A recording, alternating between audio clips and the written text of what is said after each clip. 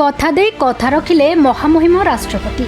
नवादिल्ली रे राष्ट्रपति द्रौपदी मुर्मू को अतिथि साजिले जाजपुर अधिष्ठात्री देवी माँ बिरजा सेवायत परिषद।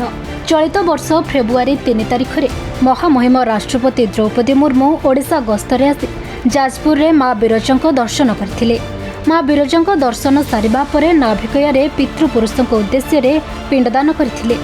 इस समय राष्ट्रपति विधि मुताबक दक्षिणा देबाको इच्छा करथिले, किंतु दक्षिणा राष्ट्रपति भवन आनिबा सहित सेठी भोजन करने इच्छा प्रकाश करथिले सेवायत मानक इच्छा को सम्मान जणाई सेवायत परिषद को राष्ट्रपति भवन को जावाई निमंत्रण आसिला।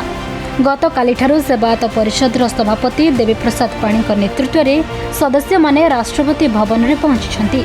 सांगरे माँ बिरजा मंदिर ट्रस्टी तथा उपजिलापाल तापस रंजन देउरी अछंती।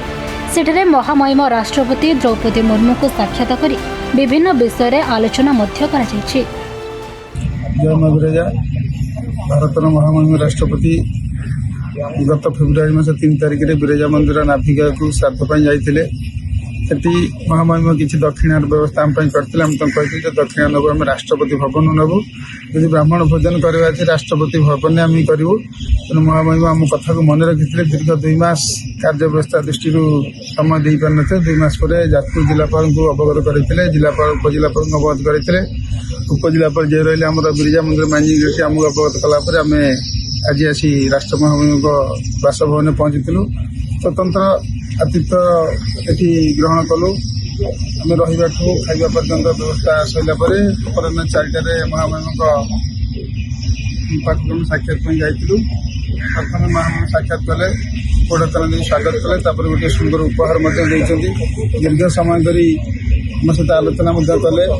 आहरी व्यस्तता नाला आ किस समय चाहिए भी कार्य व्यस्त दृष्टि किस समय दे पारे ना। पाखापाखि 30 मिनिट समय धरी आम आलोचना करके फेरिलु। जय माँ बिरजा। जय माँ।